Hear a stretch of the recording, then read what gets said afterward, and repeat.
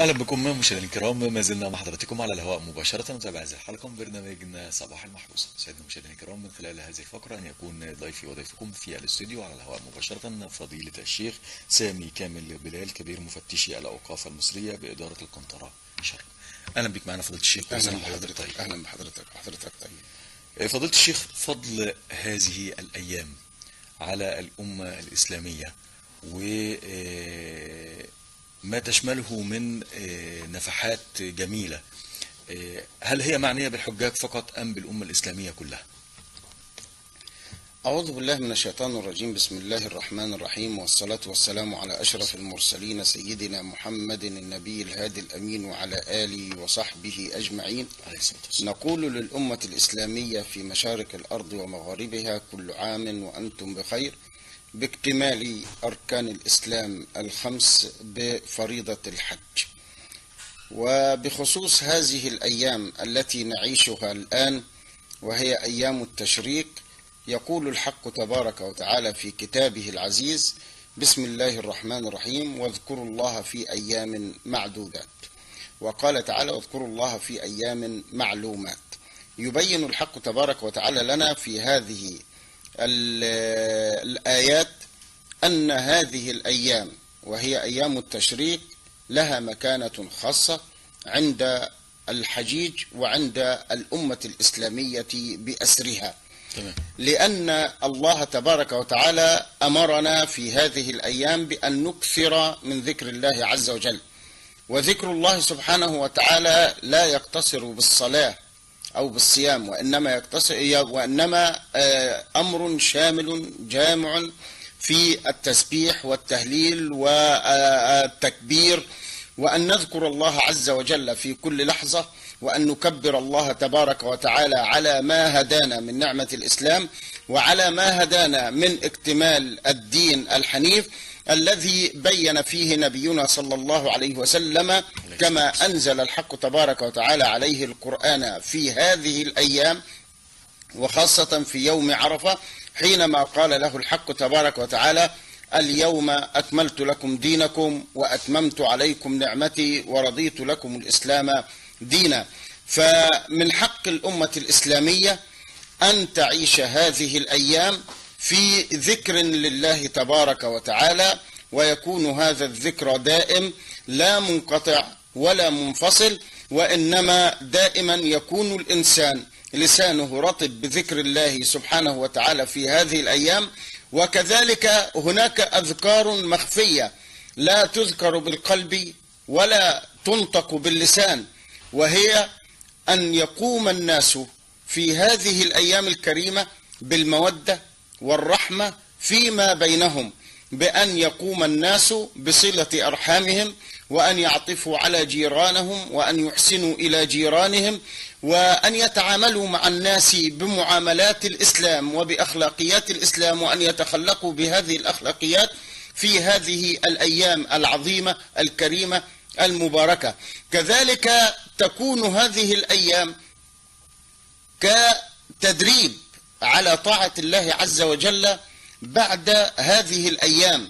فكم كنا نذكر الله عز وجل اعتبارا من بداية شهر ذي الحجة، ونحن نذكر الله عز وجل على مدار 14 يوما ونحن نذكر الله عز وجل. فلماذا لا نكمل هذه الصفة بأن تكون ألسنتنا دائما رطبة بذكر الله عز وجل، بأن نتكلم بالكلام الحسن، بأن نتكلم وأن نتخلق بأخلاق الإسلام، وأن نتخلق بأخلاق القرآن كما بينها نبينا صلى الله عليه وسلم، حيث أنه كان قرآن يمشي على الأرض، وكما قالت السيدة عائشة رضوان الله تبارك وتعالى عليها: كان خلقه القرآن الكريم.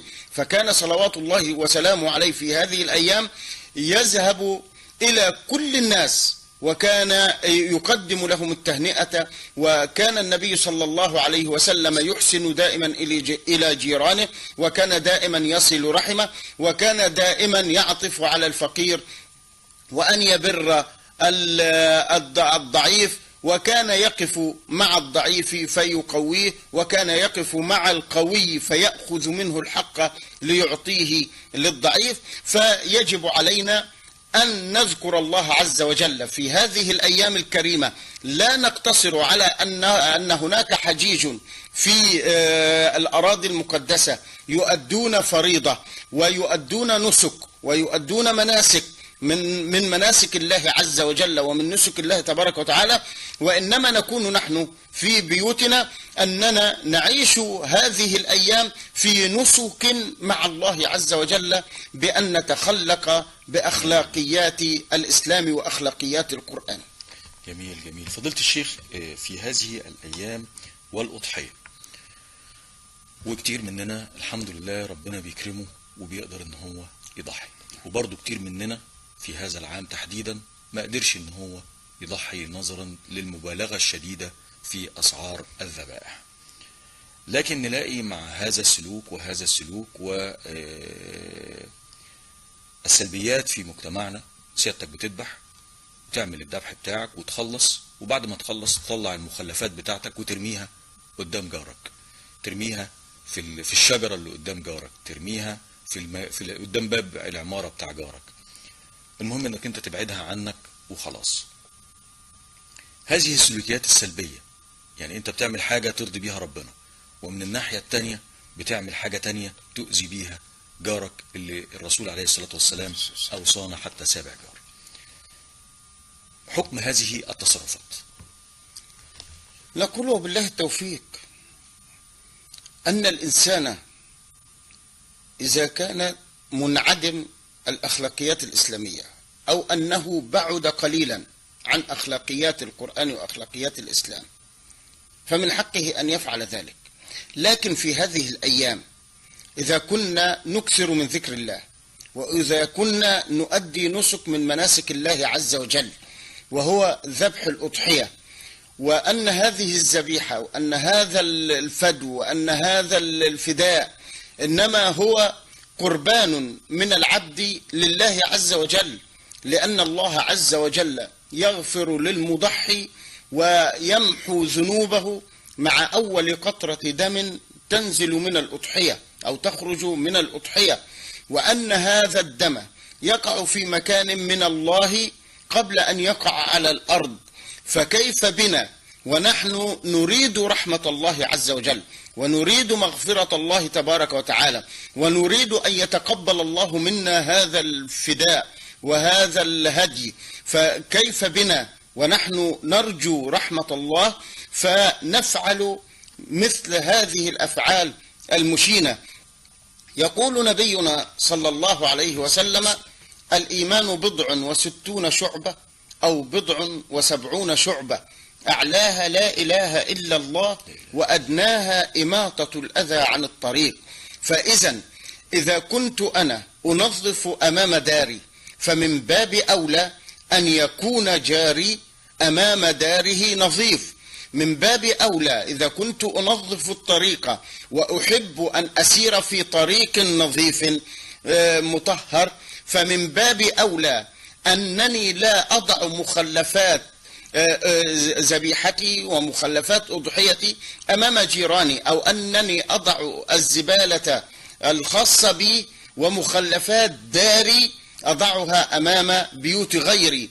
فإذا كنت لا أرضاها من غير أن يضع مخلفات داره أمام بيتي وأمام داري، فمن باب أولى ألا أضع مخلفاتي أمام دار غيري. وأن نبينا صلى الله عليه وسلم أوصانا بالجار وأوصانا بحسن الجوار وأوصانا بالتعامل مع الجار معاملة حسنة، حتى قال: ما زال أخي جبريل يوصيني بالجار حتى ظننت أنه سيورثه. إذن من هنا نجد أن التآخي بين الجيران والتآلف بين الجيران والحب بين الجيران والمحبة بين الجيران والألفة بين الجيران واصطفاف الجيران بعضهم بجوار بعض، إذا كان ذلك يكون من الإسلام.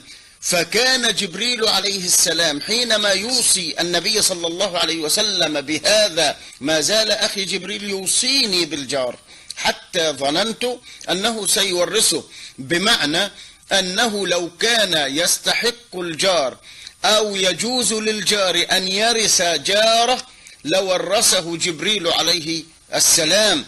إذن من هذا المنطق يجب علينا أن نتعامل مع الجيران معاملة حسنة كما أمرنا نبينا صلى الله عليه وسلم. لذلك يقول المصطفى صلى الله عليه وسلم: من كان يؤمن بالله واليوم الآخر فليحسن إلى جاره. ونعم بالله. فضيلة الشيخ، الظروف اللي احنا بنمر بيها في هذه الأيام المفترجة، ولو عدنا للشريعة الإسلامية والحاجات الجميلة اللي كان بيفكرنا بيها دايما ولازم نعملها في سنن الرسول صلى الله عليه وسلم، ازاي نرجع للحاجات الجميلة دي تاني؟ وازاي يبقى عند التاجر بتاعنا الإحساس بالناس والإحساس باللي حواليه، وإن هو ما يغليش في سعر الحاجة اللي هو جايبها، خاصة لما يبقى جايبها سعرها 10 قروش ويبيعها ب 200 قرش. أصل الدولار غلي وما إلى غير ذلك من المبررات اللي بنشوفها النهاردة في سلوكيات المسلم مع أخوه المسلم. يعني يبقى شايف إن اللي جنبه مش قادر يشتري، ويعني إمكانياته على قده، وهو فاتح محل مثلا ومصر إن هو يبيع الحاجة بطاقة 10، أصل سعرها بره بقى كده، وهي هو شاريها بسعر منخفض تماما وما وصلتش للسعر اللي هو بيتكلم عليه. والتاجر الكبير اللي بيغلي الحاجة عشان يحقق أرباح، هو مش عارف يودي الفلوس فين أساسا، وفي الآخر الكفن ملوش جيوب، مش هياخد حاجة معاه وهو ماشي. إزاي المسلم يعود مرة أخرى إلى المولى سبحانه وتعالى بتصرفاته، وليس بالمظاهر فقط وإقامة الشعائر والسنن فقط لا غير، ولكن بالتعاملات أيضا وبالحب للمسلم جاره؟ يقول النبي صلى الله عليه وسلم: الدين المعاملة. هذه واحدة. الثانية، نقول للتجار سواء كان تجار جملة أو تجار قطاعي، نقول لهم أن ارتفاع الأسعار من ناحيتكم لا يجوز شرعا، لأن هذه التجارة أو هذه السلعة هي سلعة وطنية، سلعة مصرية، ليس للدولار دخل فيها، فهي من خراج الأرض المصرية ومن نتاج المصانع المصرية، وتوزع داخل الأراضي المصرية، فليس للدولار تدخل فيها أو دخل فيها. وإنما الأشياء التي ترتفع أسعارها بارتفاع سعر الدولار هي المنتجات التي نستوردها من الخارج، فالوارد إلينا من الخارج هو الذي يجوز لنا أن نرفع من سعره. أما ما هو خراج الأرض وخراج هذا البلد فلا نرفع من سعره. ثالثا، أن جشع التجار يفضي إلى هلاك هذه الأمة، وأن النبي صلى الله عليه وسلم حينما كان يمر في السوق ووجد غلالا ووضع يده داخل الغلال فوجدها مبتلة، فقال: هلا عرضتها على الناس فيتكشف الناس ويعرفونها؟ قال: يا رسول الله، لقد أصابها بلل من المطر. طب أي مطر هذا الذي نزل وأصابها بلل؟ يبقى إذن غش التجار، ارتفاع الأسعار يعتبر من الغش، وهي صفة من صفات الغش. فكيف نرفع هذه الأسعار؟ أو هناك بعض الناس يحتكرون هذه السلع وينتظرون عند ارتفاع سعرها، حينما يقرؤون في وسائل الإعلام المختلفة يقرؤون أو يسمعون أن هناك زيادة في هذه الأسعار، فتجد هؤلاء يخزنون هذه السلع ويحتكرونها القرارات إليهم، ويحتكرونها إلى أن تأتي إليهم القرارات. فبالتالي يرفعونها. هذا هو محاربة لله عز وجل ومحاربة لعباد الله تبارك وتعالى، وبذلك هو غش من الغش الذي نهى عنه النبي صلى الله عليه وسلم، وهو الاحتكار في التجارة. أما زيادة الأسعار بزيادة جنونية فهذا مخالف لدين الله عز وجل.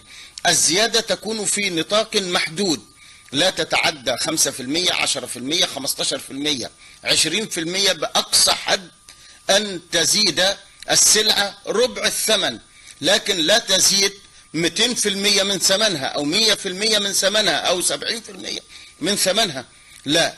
فهذا مخالف لتعاليم الدين الإسلامي الحنيف، ومخالف للحياة العامة وللمعاملات العامة بين الناس. هذا والله أعلى وأعلم.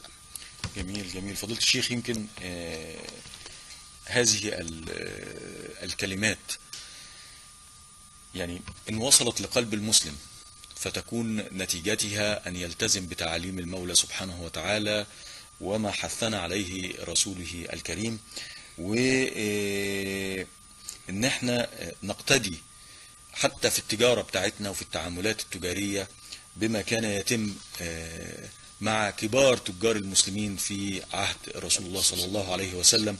واحنا عارفين هو كان بيمتهن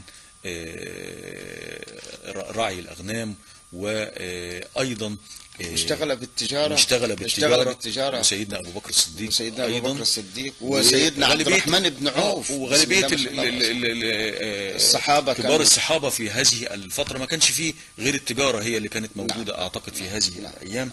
وكان فيه التزام، وكان فيه إحساس بالمسلم، وكان فيه برضو ناس بتكسب، وكان فيه ناس بتراعي ربنا في اللي بتكسب فيه.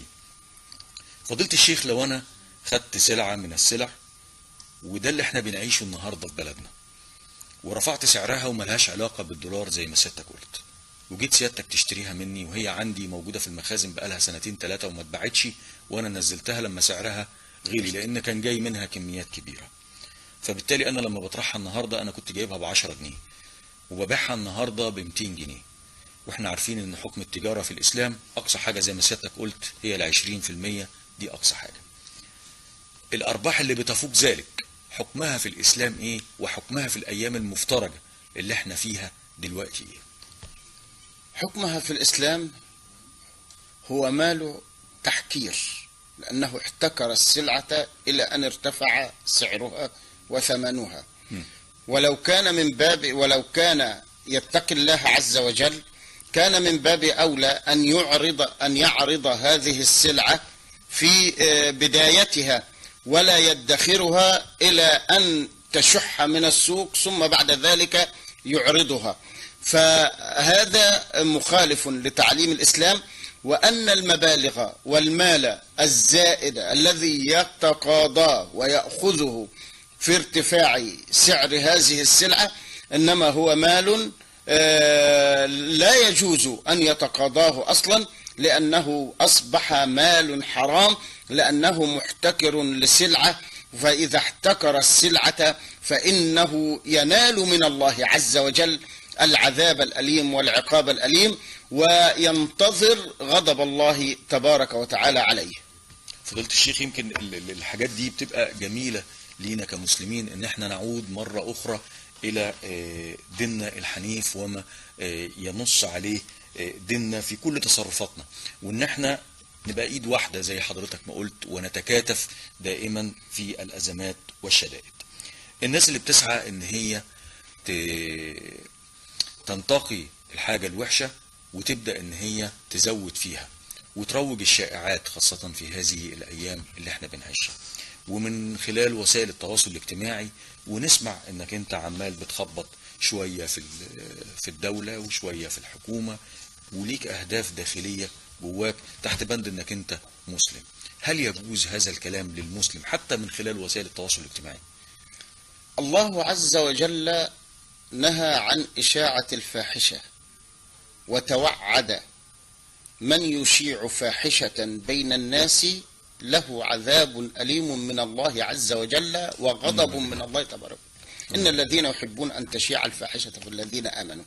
الآيات يبين لنا الحق تبارك وتعالى على أن من يروج شائعة أو يروج فتنة أو يريد زعزعة واستقرار وأمن البلد، إنما هو له عذاب عظيم من الله عز وجل، وهذا لا بد وأن يحارب. هذا الشخص الذي يروج الشائعات ويروج الفتن بين الناس ويريد زعزعة أمن واستقرار المكان الذي يعيش فيه، لا نقول البلد ولا نقول الدولة ولا نقول، لا، حتى ولو مكان مقيم صغير، حتى ولو في حارة، في زقاق، في شارع، يريد إشاعة بلبلة وفتنة في هذا المكان، الله عز وجل يحاربه، وأن الله عز وجل قد أعد له في الآخرة عذاب عظيم. وقال الحق تبارك وتعالى: إما أن يقتلوا أو يصلبوا أو تقطع أيديهم وأرجلهم من خلاف أو ينفوا من الأرض، ذلك لهم في الدنيا خزي ولهم في الآخرة عذاب عظيم.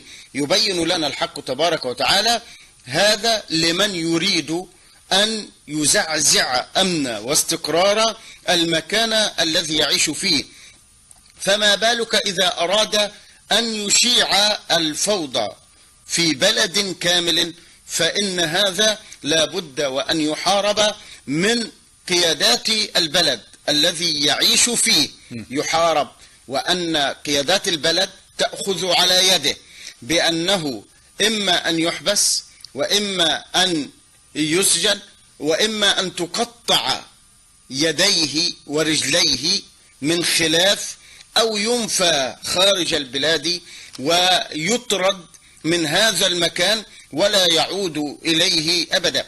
وكنا نعلم في الماضي العرف أن من يرتكب فاحشة أو ذنبا ويكون هذا الأمر الذنب عظيم ومشين في قرية من القرى، فكان أهل القرية يتجمعون ويطردونه هو وأسرته، فكان يخرج هو وأسرته خارج البلد وخارج القرية ولا يعود إليها أبدا. هذا كان في السابق في عرف وعادات وتقاليد أهل الريف وأهل البدو، فما بالنا وأصبح الآن أن لدينا يعني قوات وأن لدينا أمن ولدينا جيوش ولدينا. فمن هذا الأمر يجب على قادة البلد ويجب على ولي الأمر وعلى الحاكم أن يأخذ بيد هؤلاء، إما أن يقتلوا أو يصلبوا أو تقطع أيديهم وأرجلهم من خلاف أو ينفوا من الأرض.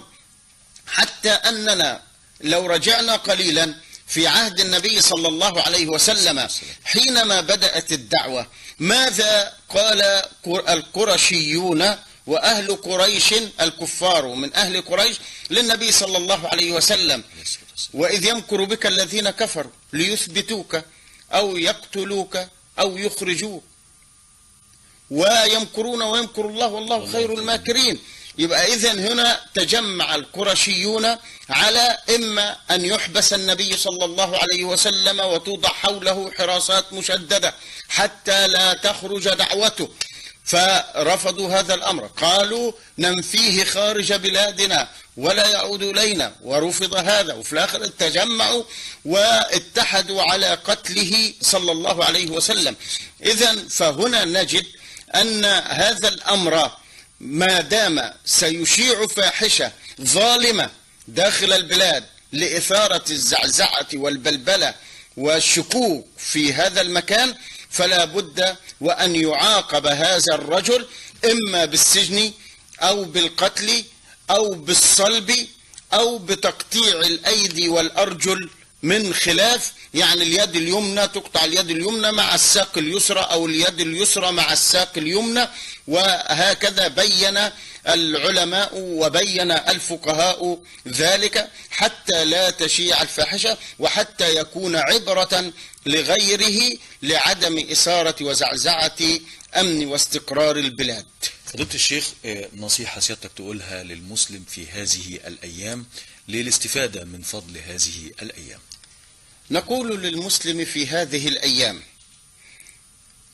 أنت الآن تكثر من ذكر الله عز وجل، أنت الآن تصلي، أنت الآن تتعبد لله وتقرأ القرآن، أنت الآن ضحيت من أجل ابتغاء مرضات الله وطمعا في ثواب الله وطمعا في غفران الله لك.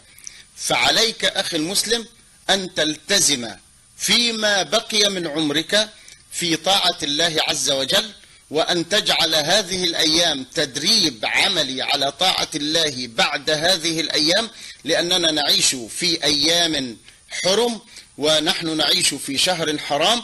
فعليك أخي المسلم أن تكثر من ذكر الله. العمل والطاعة والعبادة ليست صلاة ولا صيام ولا تلاوة قرآن ولا ذكر باللسان فقط، وإنما الإيمان هو ما وقر في القلب وصدقه العمل.